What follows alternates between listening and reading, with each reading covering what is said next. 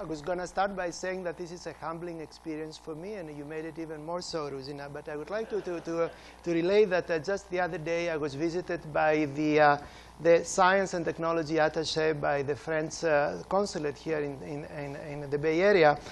And after the discussions, he said, you know, I got my education at Penn State, and there was this, at the University of Pennsylvania, there was this amazing professor there. I don't know if you heard of her. Her name is, I think, Bakchi. She really put a mark on all of us at the time. And I know that she went to Berkeley. And I said, yes, she did. And I told him the story that you had something to do with CITRIS as it started. So thanks a lot, Ruzina. And thank you, Shankar and Paul, for your leadership. And of course, all the founders and the people whose inspiration led to CITRIS. And of course, Richard Newton was perhaps the leader among them. He would be very glad to be with us today. So CITRIS, of course, started at a time when the state had money to spare, and the state made a very wise investment.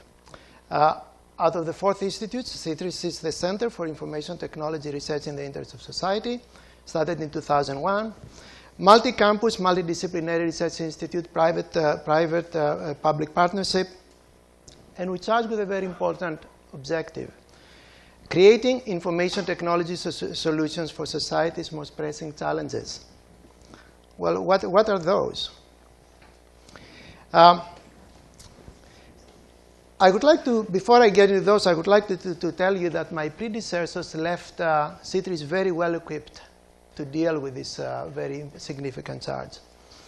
4 campuses as partners: Berkeley, Davis, Merced, and Santa Cruz. A large number of startup companies trace their roots into CITRIS. We received an annual budget from the Office of the President that is quite generous, $4 million. But through the efforts of many, many faculty and researchers, we multiplied tremendously, now approaching to $100 million a year. So we're talking about critical mass.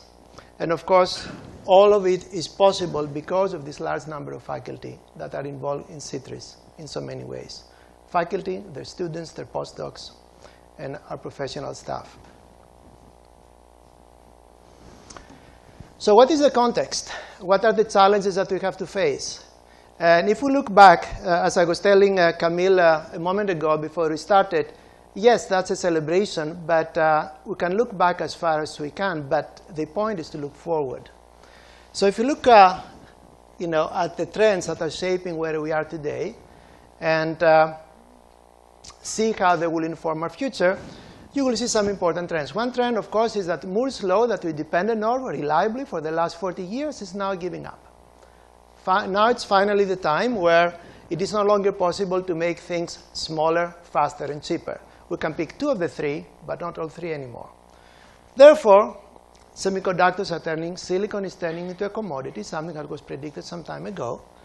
And that, of course, is a challenge, but it's also an opportunity. It's an opportunity to focus for new breakthroughs in fundamental electronics. And we are fortunate to have the Nano Lab in our community to help us do that. Now, as exponentials end, other exponentials take their place. And the other exponential that takes its place is connectivity. More significantly, what people are calling Internet of Things. The number of connected nodes today is about twice the number of people that are on Earth, about 15 billion. And this exponential has some ways to go for many years to come.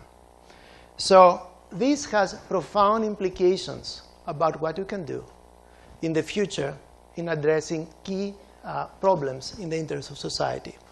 Energy, infrastructure, resiliency, health. All of these depend, and they will benefit from this trend.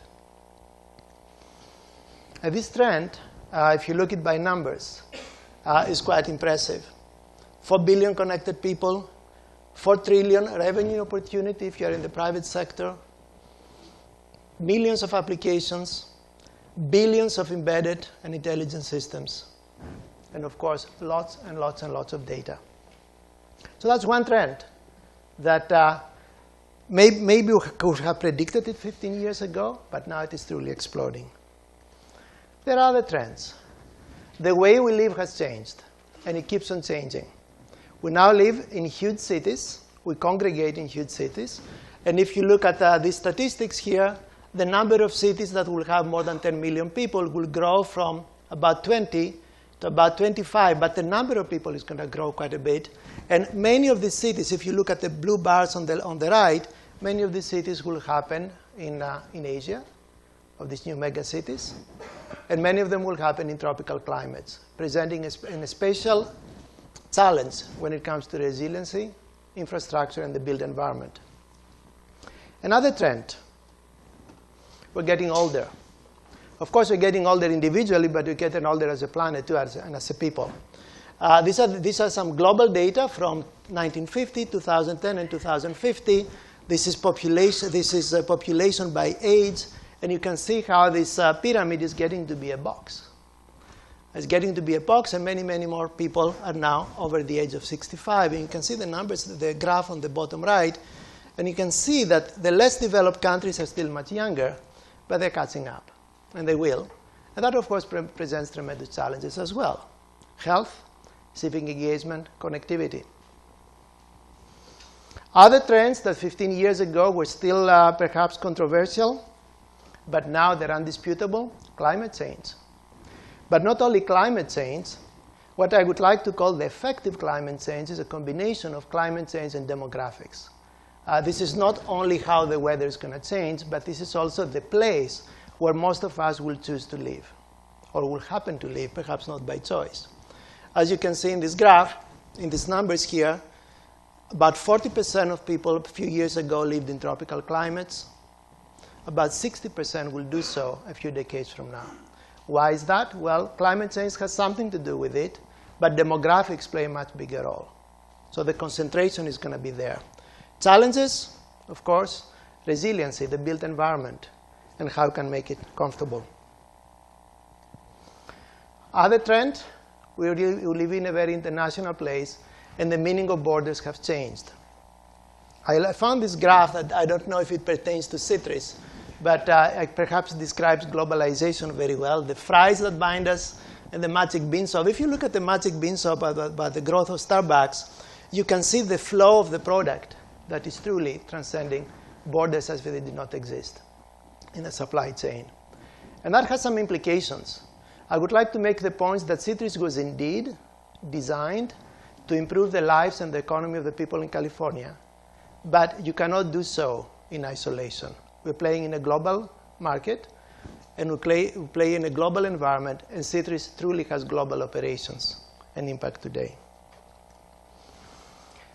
Other trends? Mobility.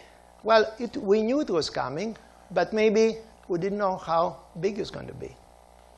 And of course, you cannot address information technology issues without truly embracing that fact. And of course, data, lots and lots of it, both a challenge and an opportunity. In looking at these trends, we put together our latest strategic plan about a year ago. And we focusing on technologies of exponential data, cloud and mobility, Internet of Things, and nanoscale. We're addressing the challenges of aging, urbanization, globalization, and climate change, among other things.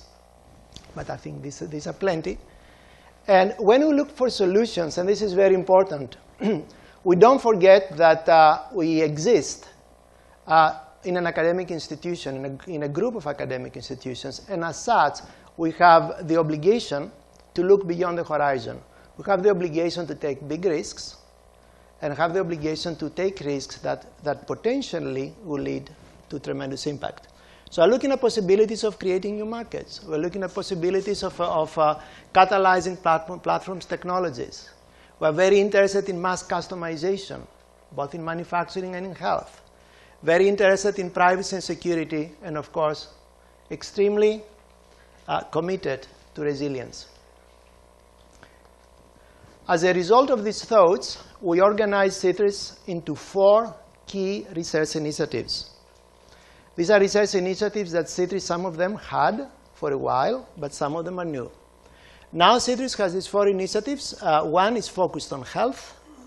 The other is focused on sustainable infrastructure. Another one on people and robots. And another one on connected communities. I will say a few words about each. You will hear more about it as you go through the day. But I would like to remind everybody that we view everything through the lens of information technology. It's a very important lens that allows us to have tremendous impact. People and robots, this is a very exciting initiative, and this is actually new and old. It is new that we now recognize it officially as an initiative in CITRIS.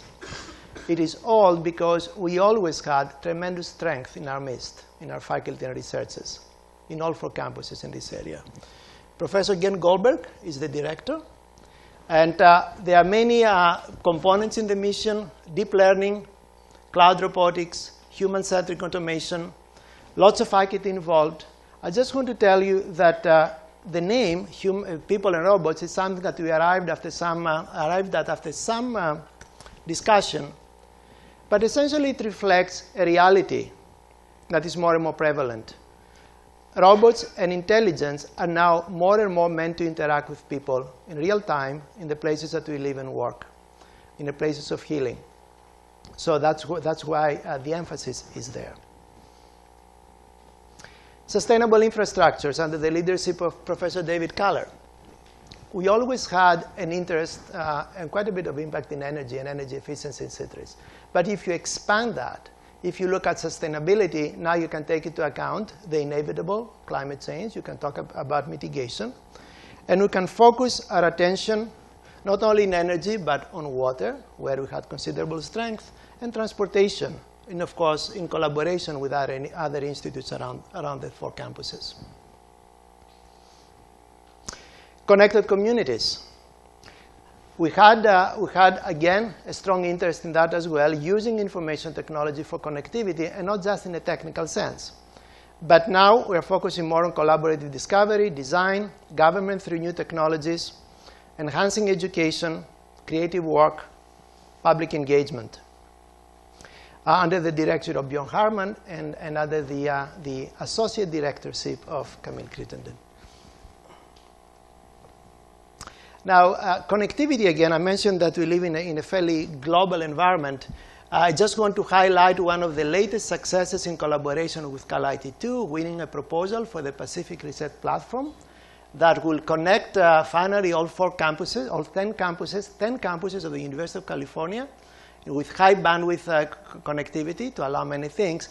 And I would like to just highlight these 2 pictures on the right. The one on the top is taking place in Africa. I believe it is in Uganda, if I'm not mistaken, and uses a version of a report card that we developed for people to interact, to create their collective opinions and interact with government. And the one on the bottom is the California report card that we originally developed, of course, here for use in California, and we have more than 20,000 copies of it out there being used. So you can see you cannot serve California without being global, and vice versa. And of course, health. We had a health initiative since the beginning with a tremendous strength provided by UC Davis in Sacramento. The director is now Professor Tom Nesbitt, who is here. And again, through the lens of information technology, we're looking at improving health outcomes. We're looking at shortening hospital stays. We're using the tools of data analytics for health. We are credited by creating the California Telehealth Network. And there are many, many stories that actually have saved lives through the work of CITRIS in the past. And we look forward to the future. So 4 initiatives, but many other important intellectual assets. We call it an invention ecosystem. Camille already mentioned the Marvell Nanolab, an amazing facility. CITRIS gave it a new home when this building came up 6 years ago. We have the foundry, actually the foundries now, which is a very novel incubator that we use for young companies springing from our ecosystem. We have the Invention Lab that became a little bit of the predecessor of the amazing Jacobs Institute for Design that came up just a couple of months ago, the Social Apps Lab, and of course in the middle we have money. Money to give to people to start new ideas, seed grants that we give to the people in our ecosystem with a specific purpose of working in a focused way to write big proposals for extramural funding that have been extremely effective. So that is going to be my brief summary of where we are today and where we're going. I hope that you can get much more through the day. So thank you very much, and enjoy CITRIS Day 2015.